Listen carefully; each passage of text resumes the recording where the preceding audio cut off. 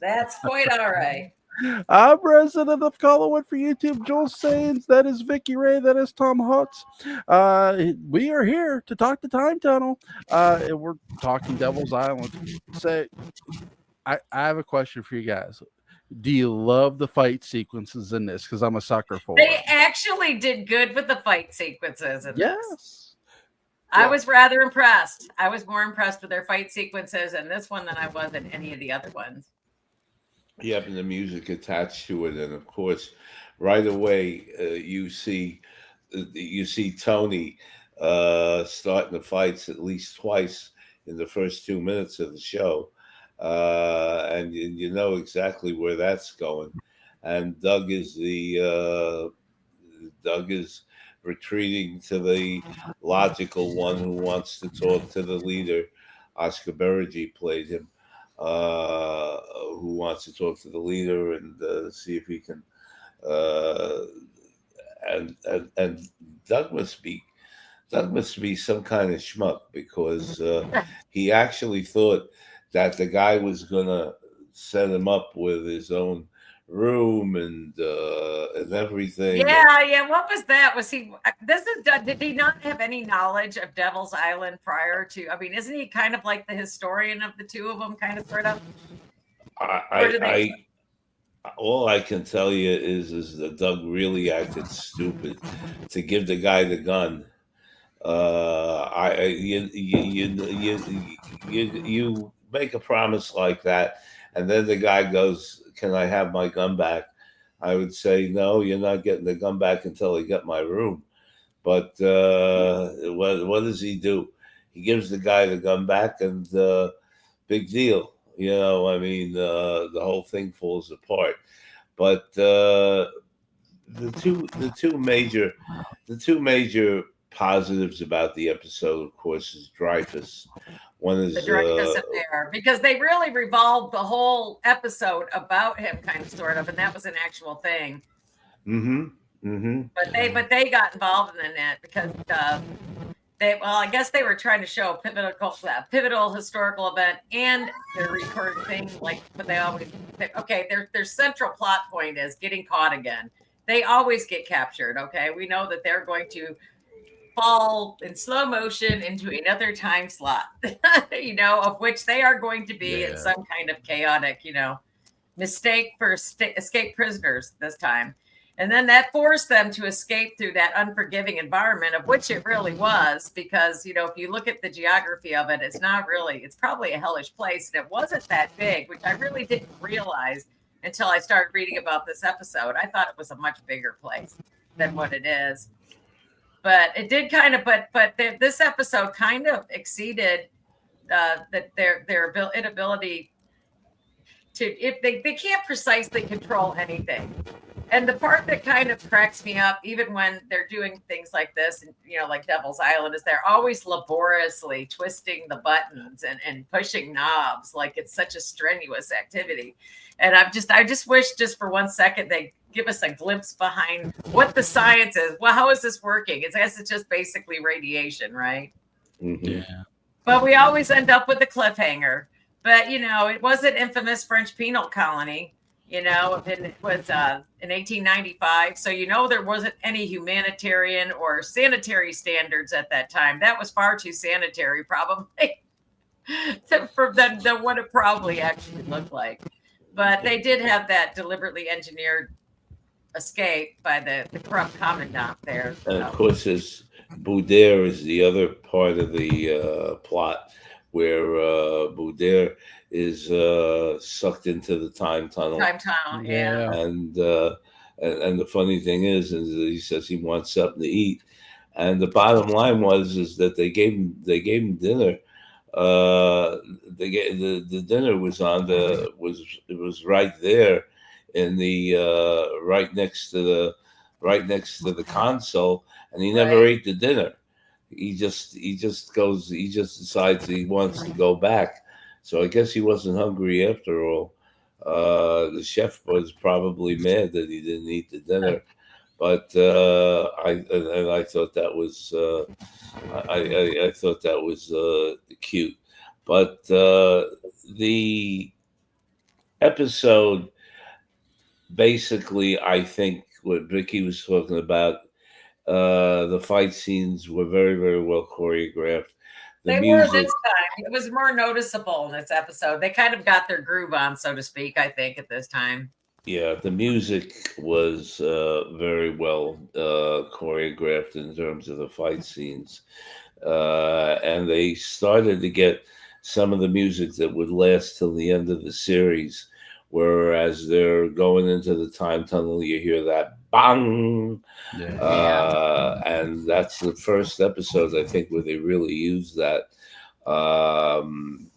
And it was there was one guy though, and I forget his name, but he looked familiar, and he was the one who lost his wife or something like that. He was talking Right. about that, and he looked familiar. I don't know what, I don't know where he came from, but he looked like a French actor to me, and it just he was probably hanging around there, but that was but basically the episode was how are we gonna get Dreyfus out of there, and the plan that the Oscar Beregi had to actually make things easy for them so that he could be shot trying to escape. And so it's a very simple kind of thing, but it was well done. Uh, I don't think it was perfect, but you know something, I'm thinking about it. I would probably give it an 8.5. They Uh, often prioritize their adventure over authenticity and historical accuracy, which is okay because they have to do what they can do for that 50 minutes of prime time, you know. So. hmm hmm I give it an 8.5. What about you, Jewel? Yeah, it's pretty good. You what I like about this episode is you get Robert Duvall. I mean, come on. Yeah. Yeah. Anytime you can have Robert Duvall, and by the way, he does 2 episodes of the Time Tunnel. Robert So Yeah. Duvall. yeah, He wasn't in that episode. he was the guy with the chrome-looking hat. That No, wasn't Robert Roger. Duvall was later on in Oh, he was later on. My bad. episode. You're talking about episode 24, which Oh, is yeah, I was skipping Chase ahead. Through Time, and that was a Y'all great cheating. episode. I'm not cheating. Y'all cheating. That was a great episode with Robert Duvall, but that's much later They had a on. couple of old timey guys on here. They had some act. They had a who was that? I had it in here. Who they had on here? I do know they definitely rated stock footage from 20th century Fox Yeah. vaults big time. They had a back lot. They had lots of standing sets. I think they didn't really say which ones, but they did use a lot of their old structures, like for jungle sets and things like that. They don't really. They had to build one small courtyard and a cell interior, and that was really the rest of it was just props from everything else. This is the one episode I'll say when I was watching. I wasn't really worried about accuracy because there was just so much adventure going on Yeah, in there this was. episode. There was a lot going on. And I do love the human error by you know our heroes here. And I was talking about this last night in the Dark Shadows video. Like the more relatable you can make, the more human error you can have your characters commit, the more relatable you're going to make them to the audience that's watching it. And so, why not have Tony or Doug commit a very human mistake? And that works here with this episode. So, I will give this episode a solid 8 for that. They did a very smart thing. And plus, you get to see a cool dinosaur. Oh, and remember also, which, and I mentioned it last week, that the prison uniforms they're wearing were the same prison uniforms that they used in Lost in Space, in an episode where they were where Dr. Smith and the rest of them were arrested. And so you actually can see there's a picture out there where Dr. Smith's number on that shirt is the same number as one of the other prisoners in the time tunnel. So it's kind of cute that they went ahead and used shared the props from one to the other. And there is a hint, I think, of Lost in Space music. A hint of Lost in Space music in this episode, but it's very, very slight. And it really is, it's really an episode, I don't know if you call it groundbreaking, but it does establish, it does establish the characters. It was believable. Yeah, Yeah. yeah, absolutely, absolutely, for good. And I mean, other than that, Did they ever use the guillotine? you Did they use kind the of guillotine wonder in this? why used are the they? Did they? Hmm? Did they ever use remember the green hell and the dry guillotine? The what? They didn't really state it in the episode, but the real Devil's Island was often referred to as a green hell because it's tropical and whatnot. And the dry guillotine because so many people died there without ever being executed. So apparently this episode kind of evokes the atmosphere through the visual despair and whatnot, but they don't actually use it in real life a lot. I guess it was just there for grins, for keep things on the level, I guess. Well, I think the What an awful guillotine, way and to it's die. I can interesting. think of better ways to have my head detached. I mean, that just gives me anxiety. It's interesting that they use the guillotine in this episode because in the next episode, it's all about the guillotine. I thought that was the irony. The irony did not escape me. Yeah, did not. All about the guillotine in the next episode, which deals with the French Revolution. I think that they still use it somehow. I don't think they've used it in a long time, but I know that they were using it up until the 60s. Mm-hmm. In France, anyway. Yeah. But and you have the little toy guillotine that Oscar Bergi's playing with on his desk, which is kind of cute. Which you just I like knickknacks, and that's something I don't have. There has to be a small guillotine out there to go with my knickknack shelf. Now that I think about it, I don't have one. Oh, everybody well, should have a guillotine. Everybody needs a guillotine.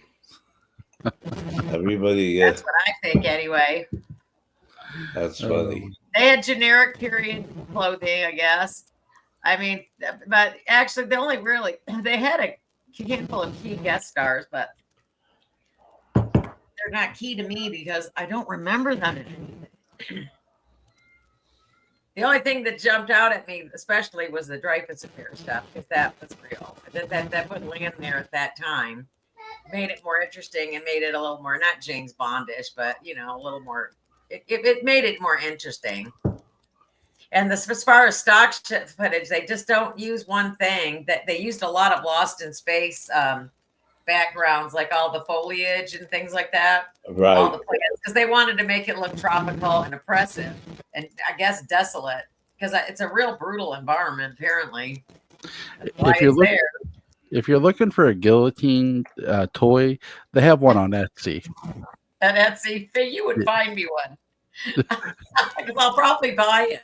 I don't need it, but I want it. I tracked it down. Yes. I'm guilty like that. Because my wife always asks me to track stuff down for her online. Because guys are good like that. My husband finds anything online that I'm looking for. It's just like, hey, because he likes looking. You guys, I think you just naturally like to do things like that. Well, here's the thing. I remember the days of window shopping in store instead of window shopping online. That's what it is. Get you more trouble this way, though. Window shopping for guillotines? Just could have used one a couple of times. It isn't as bad as it sounds. I promise. Oh my god. Oh my God. Yeah, but this episode just a lot of action-packed fun too, and plus you have them messing up when they pull everybody out of the thing. They pull like the people, just not Tony and Doug. They initially pull a bunch of people out of there, and then they have to correct it. It's like again more human error, so you have some believability going on. A lot of painting mats too in the back to make the actors in vast historical backdrops. He did a lot of that, and he blended it with stock footage. But I still can't see. Will not give me any movies. They just use a lot of studio backlot stuff. Practically no stock footage in this one. They said there was some to make it to show the film, like they were showing steamships and things like that in the beginning. Yeah, I think that's the only time they really did, and I don't think they showed anything really other than that. Really, Yeah, in the beginning, but things like that. I kind of like the fact that there was very little stock footage because it gave it did get paid. You know, they were able to pay more attention to the plot. So, But they did go. The plot was really Doug and Tony trying to help Dreyfus. They discovered it was a trap set by the commandant to get him shot, silencing him, making a cover up. But they emphasize yet again inability to precisely control where and when they land, and precisely the fact that you cannot change history, no matter how badly they might want to. It's just not going to happen. Yeah, this isn't Quantum Leap, that's for sure. No, it's not Quantum Leap or well, see, even in like the butterfly effect and shows like that, it never works out, does it? I mean, Ashton Kutcher that is just never a happy ending. Yeah. Well, like that was really that was a real ass beating of a film. Now that I think about it, looking back on it. Yeah, like when you're watching like Back to the Future, the Back to the Future movie, especially Back to the Future Part 2. Right. Hypothetically, I always keep thinking, wait, how many times could they have potentially went back in time? Because could they have messed up at all? You're not supposed to see yourself. Yeah, you're not supposed to. Well, think about it. What if you actually did kill Hitler? What would happen to the world if Hitler didn't exist, even though monster that he was? Yeah. Things like that. I mean, can you really stop such horrible things from happening? And what would, in essence, it would change because certain people are meant to die, so other people are live and born and die. Right. So, you might not exist. I might not exist. It's kind of a mind-blowing, experience. Enigma. Yeah. It's kind of, what would you do? And then you got people out there that truly believe that people are traveling through time as we speak. So yeah, there's something out there that there's a market for it. That's for sure. Yeah, it's really interesting too. It is. But they given the budget and the production style, their props really landed into like the period clothing. The guard uniforms, though, I'm not sure. They looked like they were from something else, and I couldn't track it down. But they did have rifle muskets for the guards. They had shackles. They had all that. They had all the basic tools. They had everything, except they just did not tell me where they took the stuff. That bugs me. I'm just really an anal retentive about stuff like that. The main guard that gave Tony a hard time. The main guard that gave Tony a hard time, by the way, the big, heavy-looking guy who was bald, was on Cat's Paw in Star Trek. I recognized him. Red shirt. Cat's Paw. He was the he was the companion of the woman that was trying to seduce Kirk. Everybody tries to seduce Kirk. Yeah. Even the green women try to seduce Kirk. I think. I thought it was a brown shirt. I thought it was a brown shirt, but to be honest with you, a yellow shirt. But there's not a lot to this episode. It's simple. It's simple. What's that? I think it's pretty straightforward. I mean, they Yep. really, they definitely milked the Dreyfus affair to get a lot of that going into Yep. the Devil's Yeah. Island. I mean, the typical, they get there, mistaken identity, they encounter Dreyfus, they escape plot, they try to help, they can't change anything. Right. They get their narrow escape, and then they get their next jump. Yeah. Do they not try to bring them back? I'm not ever seeing them trying to bring them back. They just keep ending up in different places. I mean, are they doing it? Not? Do they not? Are they just can't bring them back? They're trying to bring them back at the last minute, but something else happens, and somebody else comes back instead. Oh, that's right. Is that why they can't? Because you can only come back. Yeah. People and in the second season, they would have brought them back if there had been one. From what I understand, but for this season, every time they try to bring one of them back, and in fact, they brought Tony back during the Krakatoa episode, but he was caught in the time warp. And in another episode, which you're going to see, they actually do both come back, but it's I don't want to say too much about that.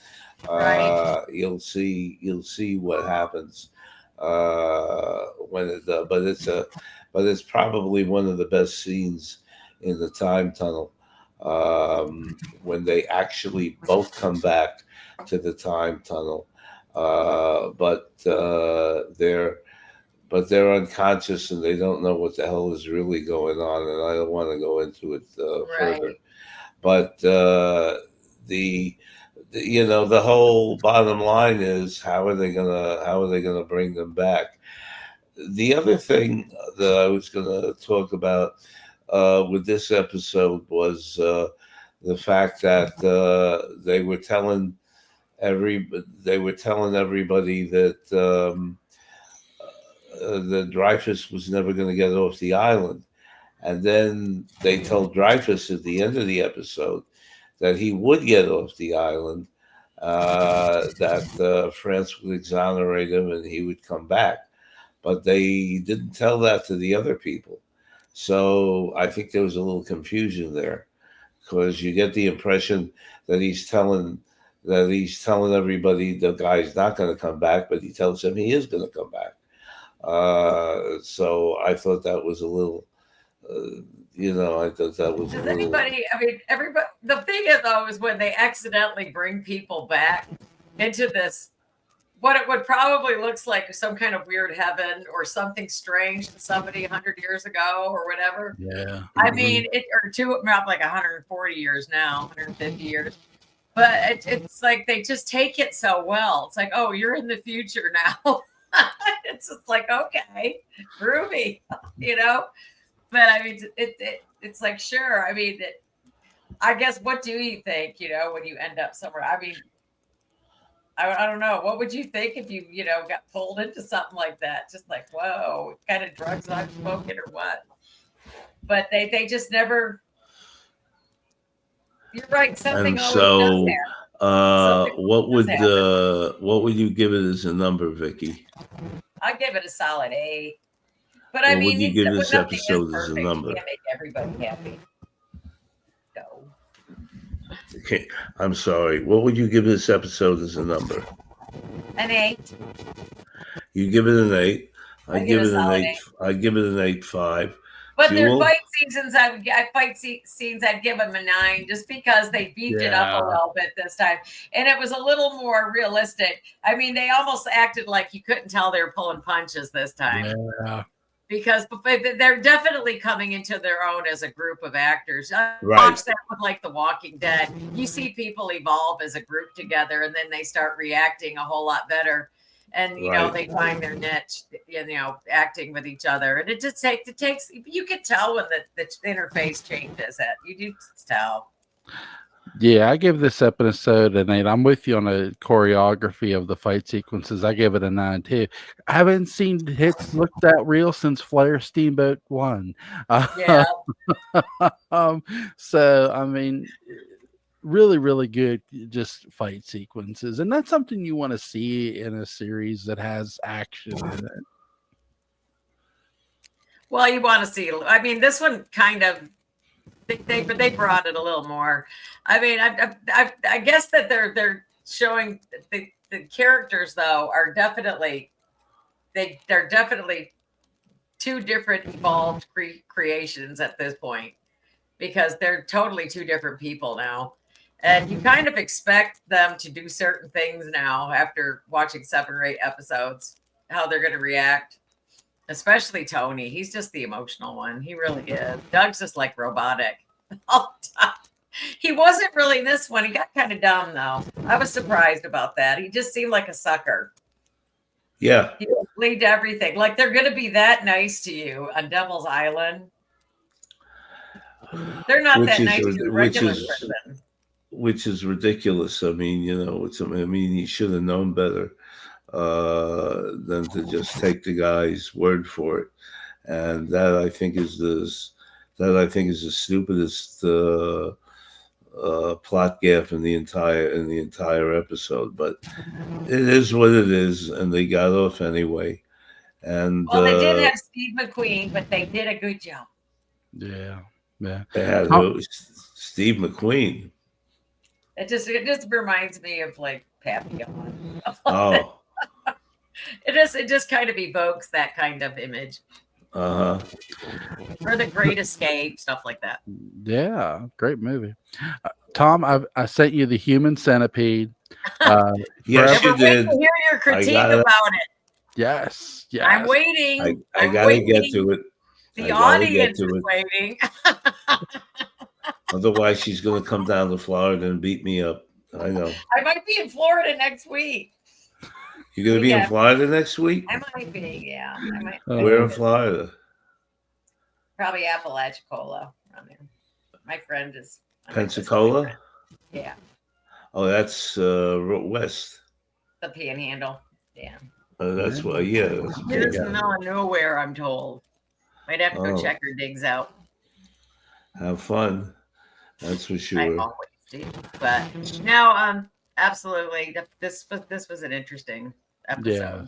Yeah. To say the least. It was a little more exciting than the other ones. It was more believable than Sparta and the Helen of Troy thing. Yeah. They didn't have any good fight scenes though. These were good fight scenes. No. That's for sure. So are we on for Sunday then for the next episode, the French Revolution episode, which has a little surprise in it. And I'll know more about what I'm doing at this point. I should know early this week what this story is and when and where and so forth. So I'll let hope you all goes well for you, Tom. What's that? I said, I hope all goes well for you. I sure do too. It'll be fine. I've been fretting about it enough, and I'm just sick of it. I just want to put the covers over my head. But it'll be cool. You know what gets your mind off things? The Human Centipede. Yeah, you see the Human Centipede. Yeah, the Human Centipede. Good plain horror, my friend. While you're at it, watch Atros and the Serbian film. I'll have to remember that. Although I don't think we'll be critiquing it on Jules' show. No, I guess not. I guess not. So is there anything else to talk about regarding this masterpiece? No. No, I guess. Tonight. I like that. I guess not. It was definitely better than some. The episode that really stands out so far in my mind is the one where he meets his father. And that I think is really one of the best episodes. But we talked about that already. But it's you see that the rest of these episodes kind of pale before it, but it is what it is, and you'll live with it. So until then, Hey guys, great getting together with you again. Link to the Literary License podcast will be in the description box. I've been all their Dark Shadows videos, so you can also you can get Vicki Ray and Tom on Facebook. Go hit them up. Go ask some questions and send Tom good horror recommendations like I have. And Tom loves stuff like the Human Centipede. Yes. Oh boy. Yes. Yeah. Now he's gonna watch it. Now he's just bursting with enthusiasm, Joel. Yeah, I can't wait. Right. That's right. I mean, I could wait. Hey, but you gotta watch it. You gotta watch it at least once. Everybody does. Sort of like what is that? What is that movie? What was that crazy Roman emperor? Hey, what was that crazy Roman emperor? Caligula? Caligula. Everybody's got to watch the X-rated version of Caligula at least once too. Oh yeah, yeah, yeah, yeah. I've seen. It was a good movie. I bet you Sir John Gielgud had no idea that was going to be an X-rated film when he signed on for that. Oh, interesting flick though. Actually, it was well done. It was as far as that kind of shit goes. I felt for the horse stuff. The horse. Oh my gosh! When he made a Roman senator. A lot of sex in that one, huh, Vicki? I don't. There was no sex. Well, there was lots of. Yeah, there was some really weird sex in that. Oh yeah. Yeah. Well, the Romans were weird. I mean, pop open any history book. Go to Rome. I mean, especially in Pompeii. Like I said, when you're in Pompeii, you know how to find the brothels because there's penises that point in the ground that show you which way to go. All you do is follow the penises. I kid you not. They're everywhere. there's little penises all through Pompeii. Oh my the Romans knew how to party. Oh my God. That was enough of a history lesson, though. This is PG. Keep it PG. Right, something to look forward to. I'm gonna go now, for he doesn't ask me that. No, I'm gonna go listen, too. You can say whatever you want on here. I don't care. But that's funny. That's hilarious to me. I'll send you a picture. I kid you not. I believe you. Oh my gosh! But I'll see you guys next Sunday. Be safe. Y'all have a great week. You too. Be well. Be well. Take care now.